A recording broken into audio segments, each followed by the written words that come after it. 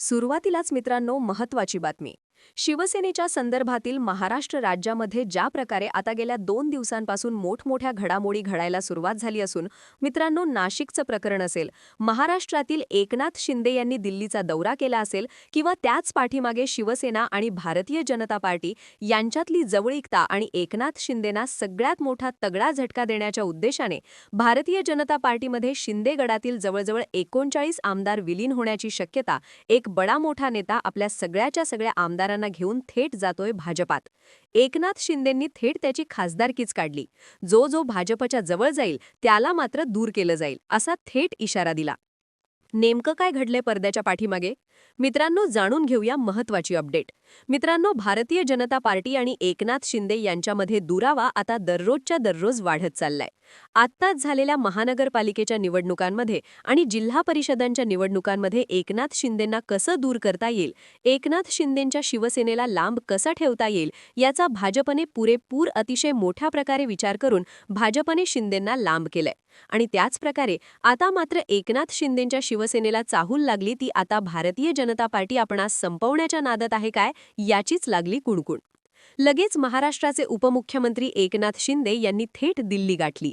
दिल्लीमध्ये वेगवेगळ्या चर्चा झाल्या आणि चर्चा अंती दिल्लीत देखील एकनाथ शिंदेंना अभय मिळाला नाही. कारण की महाराष्ट्रातील भाजपच्या नेत्यांनी शिंदेंचे कारनामे, शिंदेंच्या आमदारांचे कारनामे थेट दिल्लीच्या वरिष्ठ नेत्यांच्या कानावरती घातल्याच्या नंतर महाराष्ट्रात देखील एकनाथ शिंदेंना जबर धक्का देण्याच्या हालचाली सुरू झाल्यात. केंद्रात एकनाथ शिंदेंनी 2 केंद्रीय कॅबिनेट मंत्रिपदं मागितली आहेत. महाराष्ट्रात देखील मंत्रिपदं मागितली आहेत.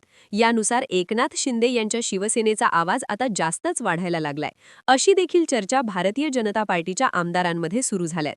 कालच आपण पाहिलं, साताऱ्यामध्ये शंभूराजे देसाई यांना मात्र तिथल्या भारतीय जनता पार्टीच्या कार्यकर्त्यांनी धक्काबुकी करत त्यांच्या हातावरती जोरदार मार दिलाय. त्यांच्या हाताला जखम झाली. इथपर्यंत मारामारीपर्यंत भारतीय जनता पार्टीचे कार्यकर्ते एकनाथ शिंदे यांच्या मंत्र्यांवरती अशा प्रकारे दबाव टाकत असतील तर आगामी काळातलं राजकारण शिंदे सेनेला कशा प्रकारे भाजपा करेल हे आता विचार देखील करायला लावणार नाही. तेव्हा शंभूराजे देसाई यांनी पोलिसांकडे धाव घेतली.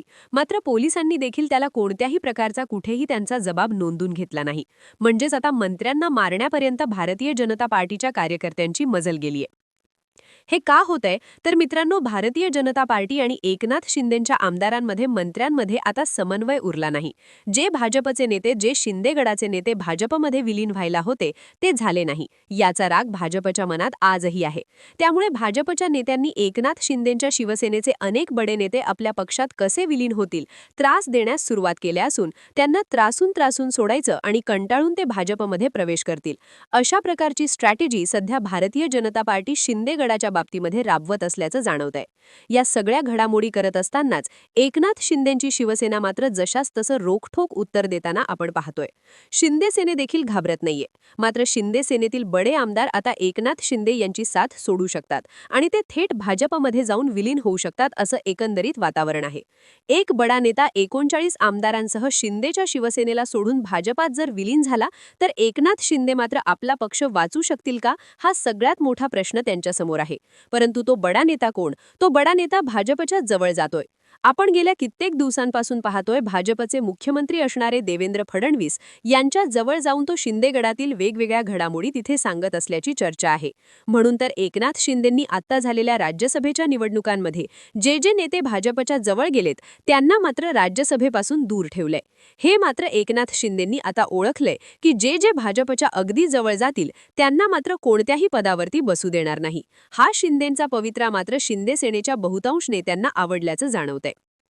एकंदरीत मित्रांनो, एकनाथ शिंदे आणि देवेंद्र फडणवीस यांच्यात दुरावा वाढलाय आणि आगामी काळामध्ये एकनाथ शिंदेंच्या शिवसेनेचा खूप मोठा एक राजकीय भूकंप होऊन भारतीय जनता पार्टीमध्ये जवळजवळ अर्ध्याच्या वरती आमदार गेले तर तुम्हाला नवल वाटायला नको, अशी भाजपने फिल्डिंग लावलीय.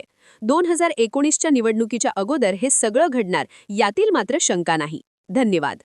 मित्रांनो, महाराष्ट्राच्या राजकारणामध्ये आता सुरुवातीला नाशिकमधून FIT स्टील फाईलचा खुलासा समोर येत असतानाच राज्यातील बडे मंत्री बडे आमदार त्यामध्ये अडकलेत अशी माहिती समोर येत असतानाच आता मात्र सुप्रीम कोर्टामधून एकनाथ शिंदे यांच्या शिवसेनेसाठी देखील तशाच प्रकारची धक्कादायक बातमी त्यांच्या शिवसेनेला मित्रांनो समोर येत आहे. शिवसेना उद्धव बाळासाहेब ठाकरेंचे वकील कपिल सिब्बल यांनी अखेर 4 मुंड्या चित करत अपात्र आमदारांमध्ये एकनाथ शिंदेंचा पहिला नंबर. 6 वर्षीय निवडणूक बंदीचा दावा, राज्याच्या राजकारणामध्ये मोठी खळबळ. महाराष्ट्राच्या राजकारणात पुन्हा एकदा मोठी उलथापालथ होण्याची चिन्ह त्यांनी दाखवून दिली आहेत. कपिल सिब्बल हे शिवसेना उद्धव ठाकरेंचे नवे तर महाराष्ट्रातील नव्हे तर संपूर्ण देशातील सर्वात ज्येष्ठ आणि हुशार वकील आहेत. त्यांनी एखादी केस जर हातामध्ये घेतली तर ती केस जिंकल्याशिवाय ते वापस करत नाही. त्यामुळे आता या निकालातून कपिल सिब्बल यांना नेमकं काय सांगायचंय, सत्तेच्या समीकरणांमध्ये बदल घडवून आणणाऱ्या घटनांमध्ये आता एक नवीन आणि धक्कादायक वळण आल्याची चर्चा रंगलीय. अपात्र आमदारांच्या यादीत मुख्यमंत्री उपमुख्यमंत्री एकनाथ शिंदे यांचं नाव पहिल्या क्रमांकावर असल्याचा दावा राजकीय वर्तुळात केला जात आहे. त्याचबरोबर सुप्रीम कोर्टामध्ये ही लढाई अगदी काही दिवसांवरती आली असतानाच त्या अगोदरच अशा आमदारांवरती तब्बल 6 वर्ष निवडणूक लढवण्यास बंदी घालण्याची शक्यता सध्या राजकीय नेते, राजकीय विश्लेषक आणि विधिज्ञ यांनी सांगितली आहे. या सर्व घडामोडींमध्ये ज्येष्ठ विधिज्ञ आणि खासदार कपिल सिब्बल यांनी मांडलेले मुद्दे हे हुकुमाचा एक्का ठरत असल्याची चर्चा आहे. त्यामुळे राज्यातील सत्ताधारी गट म्हणजे एकनाथ शिंदेंची शिवसेना यांच्या शिवसेनेसमोर मोठं संकट उभं राहण्याची शक्यता निर्माण झालीय. राजकारणामध्ये खळबळ का वळ उडालीये तर अपात्रतेचा मुद्दा पुन्हा चर्चेत येतोय. महाराष्ट्रात शिवसेना फोडीनंतर निर्माण झालेल्या राजकीय संघर्षाचा शेवट अजूनही झालेला नाही आणि आता सुप्रीम कोर्टाने सांगितलं आहे, जी पहिली प्रकरणं अजून पूर्ण झालेलं नाही त्या पूर्ण झालेल्या प्रकरणाशिवाय नवीन प्रकरण सुप्रीम कोर्टामध्ये येणार नाही. त्यामुळे आता उद्धव ठाकरे यांच्या या सगळ्या शिवसेनेच्या निकालासंदर्भातील हा निकाल आता 100% होतोय आणि तो निकाल ठाकरेंच्या बाजूने होतोय. न्यायालय स्तरावरती पोहोचला होता हा वादाचा केंद्रबिंदू म्हणजे पक्षांतर्गत विरोधी कायदा, अपात्रता आणि आमदारांच्या पात्रतेचा प्रश्न. अनेक तज्ज्ञांचे मत आहे की जर न्यायालयाने किंवा संबंधित प्राधिकरणाने काही आमदारांना अपात्र ठरवले तर त्याचे परिणाम अत्यंत गंभीर असू शकतात. कपिल सिब्बल यांची भूमिका काय, नेमकं काय या प्रकरणात? ज्येष्ठ विधिज्ञ असणारी कपिल सिब्बल यांनी मांडलेले कायदेशीर मुद्दे अत्यंत महत्त्वाचे ठरत आहेत. त्यांनी पक्षांतर्गत विरोधी कायद्याच्या तरतुदीवरती भर देत असा व्यक्तिवाद केला आहे की पक्षाच्या अधिकृत व्हिपचं उल्लंघन केल्यास अपात्रता लागू होऊ शकते. गट फुटला असला तरी मूळ पक्षाच्या निर्णयाला प्राधान्य दिलं पाहिजे. सभापती किंवा अध्यक्षांचा निर्णय विलंबाने घेणे न्याय प्रक्रियेवरती परिणाम करू शकतं. सिब्बल यांच्या या मुद्द्यामुळे प्रकरण अधिकच गुंतागुंतीचं बनलंय. राजकीय उस्तेशकांचे मते हे मुद्दे न्यायालयात निर्णायक ठरू शकतात. 6 वर्ष निवडणूक बंदी कितपत शक्यता? अपात्रता ठरवलेल्या आमदारांवरती 6 वर्ष निवडणूक लढवण्यास बंदी येऊ शकते अशी जोरदार चर्चा झुरत आहे. भारताच्या निवडणूक कायद्यानुसार काही परिस्थितींमध्ये अशा प्रकारची बंदी लागू होऊ शकते. जर एखाद्या आमदाराला अपात्र घोषित करण्यात आलं आणि त्याच्यावर गंभीर कायदेशीर निष्कर्ष निघाले तर निवडणूक आयोगाच्या नियमानुसार त्याला पुढील काही वर्ष निवडणूक लढवता येणार नाही. यामुळे शिंदे गटातील अनेक आमदारांमध्ये चिंतेचं वातावरण आहे. शिंदे सेनेला मोठा झटका बसलाय. यामुळे जर या चर्चेमध्ये काही प्रमाणात तथ्य असेल तर शिंदे गटासाठी हा मोठा राजकीय धक्का ठरू शकतो. सत्तेतील स्थैर्य धोक्यात येऊ शकतं. अनेक आमदार अपात्र ठरल्यास सरकार देखील जाऊ शकतं. राजकीय समीकरणे पूर्णपणे बदलू शकतात. यामुळे उद्धव ठाकरे यांची भूमिका खूप महत्त्वाची असेल. खरी शिवसेना उद्धव ठाकरेंची आहे. त्यांच्या नेतृत्वाखाली जाते. शिंदे गटाने पक्षाशी गद्दारी केलीये. अपत्याची कारवाई व्हायला हवी. त्यामुळे न्यायालय निकाल त्यांच्या बाजूने गेला तर त्यांना मोठा राजकीय फायदा होऊ शकतो. यामुळे उद्धव ठाकरे यांच्या शिवसेने ही भूमिका आता सध्या लावून धरली असून यामुळे सामान्य जनता देखील उद्धव ठाकरेंच्या पाठीमागे असल्यामुळे राज्याच्या राजकारणामध्ये आता उद्धव ठाकरे यांचा विजय अगदी समीप काही पावलांवरती येऊन ठेपलाय.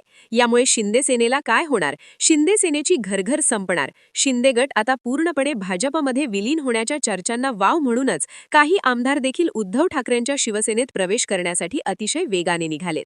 मित्रांनो, या सगळ्या घडामोडीनंतर एकनाथ शिंदे यांच्या शिवसेनेला मात्र पहिला मोठा झटका सुप्रीम कोर्टातून होऊ शकतो. तो म्हणजे 1 एप्रिलपासून सुरू होणारी सुनावणी.